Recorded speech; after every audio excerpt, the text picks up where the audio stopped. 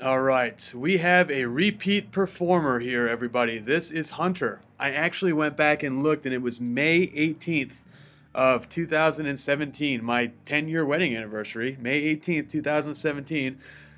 I was doing a video analysis, I guess, on my anniversary, and it happened to be Hunter. And Hunter, now almost 2 years later, has shown some massive improvements in his throw. Really good form, really good technique. We'll see if we go through this in real time a few times. Excuse me, we're going to show you exactly what this looks like and see that technique is really, really solid. I mean, really solid form, really solid technique. There are a few things just watching the full speed before we start to break down the actual technique and the positions in the circle and all that good stuff. Really want to start to say one big thing, which is there needs to be more speed. So speed is the name of the game, especially when you are a bigger, stronger guy and you are throwing something that only weighs, I'm assuming you're throwing at this point, I don't think you're on the 2K, but even if you were throwing a 2 kilo shot, 2 kilo discus, you'd only be looking at a 4.4 pound implement. So not really dealing with something super heavy. So we need to really work on that speed through the circle. So there's a point in every athlete's career when they become kind of strong enough. I don't think you're at that point of being strong enough yet. I mean, that's almost impossible for an athlete your age to be strong enough. But definitely, while working on strength, the speed work needs to be there as well. So you really need to start with your explosive movements if you're not already doing them in training. Your plyometrics, your lighter speed squats, your jumping, your sprinting, your bounding, foot speed, agility, quickness type stuff. You really need to work on that speed so you can put that speed into the throw. All right. That being said, let's take a look at Hunter and see what he's doing really, really well and what might need some improvement, because a lot of this is really, really well done. Does a great job, again, just like before, does a great job separating, getting that discus way back behind the hip. That's something that he has not lost in the past 2 years. I really like how at this point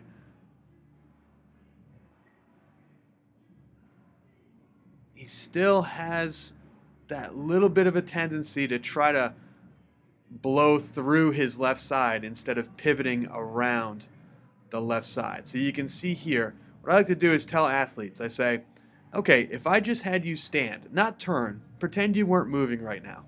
Try to stand in that position. Would you have balance? The answer is going to be no. If Hunter just tried to stand in this position, he'd fall over. If he just stood up from a chair right now in his kitchen and tried to get in this position right now without moving, he'd fall over. It's a very unbalanced looking position. And you can see that he tries to kind of lean into the circle, almost like he's trying to fall backwards into that circle.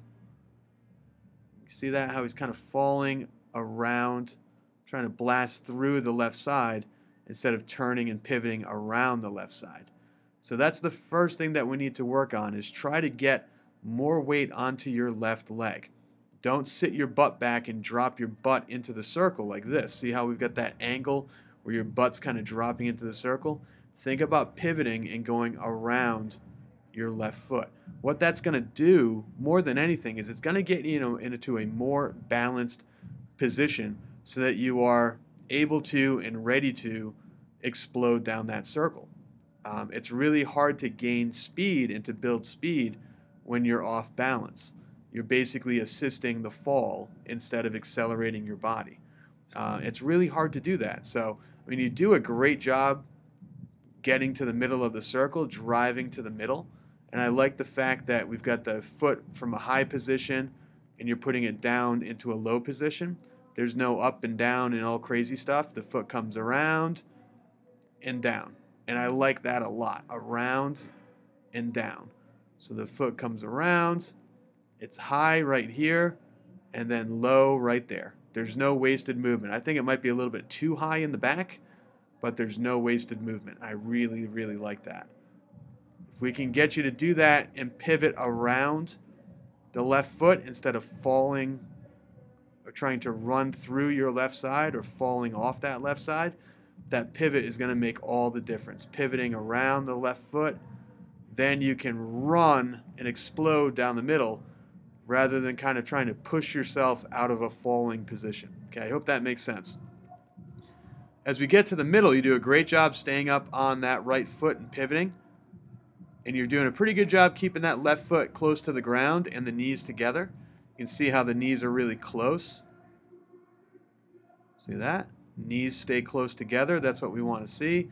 The left foot does come up a little bit out of the back, kind of as an up and down motion. So you could keep the left foot a little bit quicker. A little bit lower. That's going to make it quicker through the circle. But the big thing we want to talk about is right here. When you land and you're in that power position, you can see you've grounded or you've put the left foot down on the ground. You haven't really grounded yet. That's grounded. Okay, boom, that's grounded. Right here, we're not grounded yet. We just initiated the power position. Look at where the left arm is. Look where the head is. So the discus is in a beautiful position. You can see the discus on the other side of your body. But let's get this left arm back. And let's get your head back. Let's hold those back a little bit longer until this left foot touches the ground. So your eyes should be looking back and that left hand needs to be back. Now, once the left foot touches the ground and you're at this point here, that's when you can start opening the left side. So if we were to go through and kind of Photoshop and edit this, I would want this arm pointed down here. You're probably going to be pointed maybe at the camera or somewhere between 12 o'clock and the camera at this point, not all the way open like that. What that's doing is you're losing a lot of whip and you're losing a lot of speed. So right here, keep that left arm back. Keep that left arm reaching for the back of the circle as the rest of your body goes through. That way when you land with that left foot, when that left foot touches down, your left arm is going to stay back.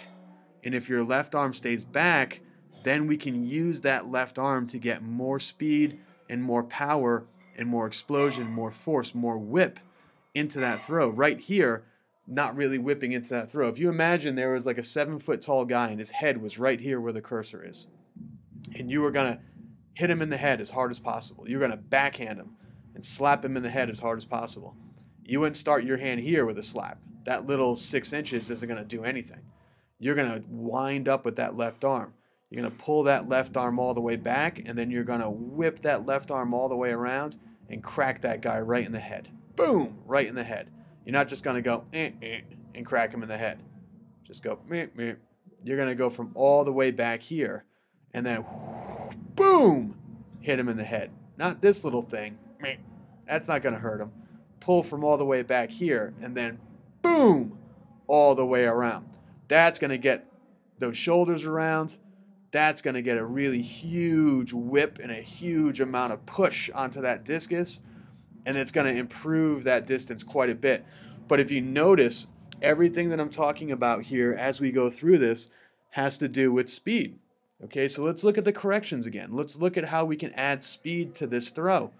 So we can add speed to this throw by getting around the left side. If we get around the left side, we'll be in a better position to apply force and explode down that circle. If we keep the left foot lower, instead of the left foot coming up like this, see how it's down to up? Down, up, see how it goes up? If we just keep it low and keep the knees close together, it's going to get to the circle probably here instead of there. So you'll be even more closed up. And then if we keep the left arm back longer, then you're going to be able to use that left arm and whip yourself into that throw, whip that upper body around. Again, more speed. So we're not really talking about technical changes. We are a little bit in the back, but we're talking about efficiency, getting more efficient in your throw, because if you get more efficient in the throw, you are going to be faster. Think of it this way. What we're trying to do essentially is get you wound up. So it's like a slingshot, or it's like a bow and arrow. Okay, if you take a bow and arrow and you only pull the string back halfway, and I don't shoot, so please forgive me for everybody out there if I'm using the wrong terminology.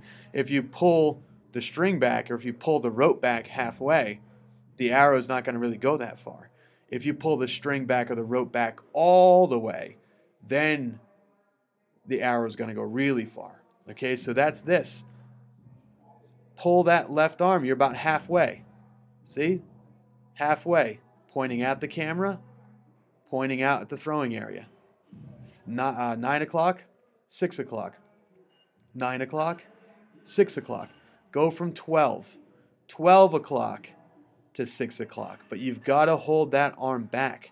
You've got to keep the shoulders back. You've got to keep that left arm long and back behind you as this left foot touches the ground. If the left foot's touching the ground and your left arm is already open and you're already starting to turn your head and your chest and shoulders, you're losing a ton of stretch. You're only pulling the string back on that bow about halfway. Okay, so use everything. Hunter, buddy, you are a heck of a thrower. You really, really are. You're a heck of a thrower. I remember almost 2 years ago, you were one of the best throwers in your country. I believe you're from Australia. I'm not sure. I forget, and I apologize. But you're one of the best throwers for your age in your country, my man. If we can just speed you up a little bit, you are going to see massive, massive differences in how far this discus can fly. I mean, we're talking those corrections right there. Just this correction at the end might be an extra 10 feet on the end of your throw, just by using more of your left arm.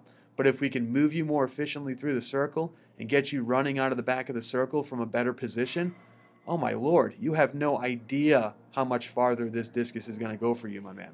All right?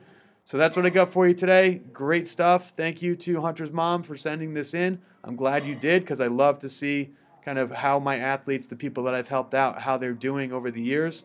And man, if anybody wants to see anything funny, go check out Hunter's original video from 2017, May of 2017, to see the difference in how big and strong and just polished this kid has become. I say kid, he looks like he's 25 years old, but this kid has become. It's unbelievable, man. So keep up the good work. Work on those little couple things right there. Increase your speed, become a lot more fast, a lot more explosive, and that discus is going to start flying. All right? So great stuff, dude. Let me know if you have any questions, and I will talk to you soon.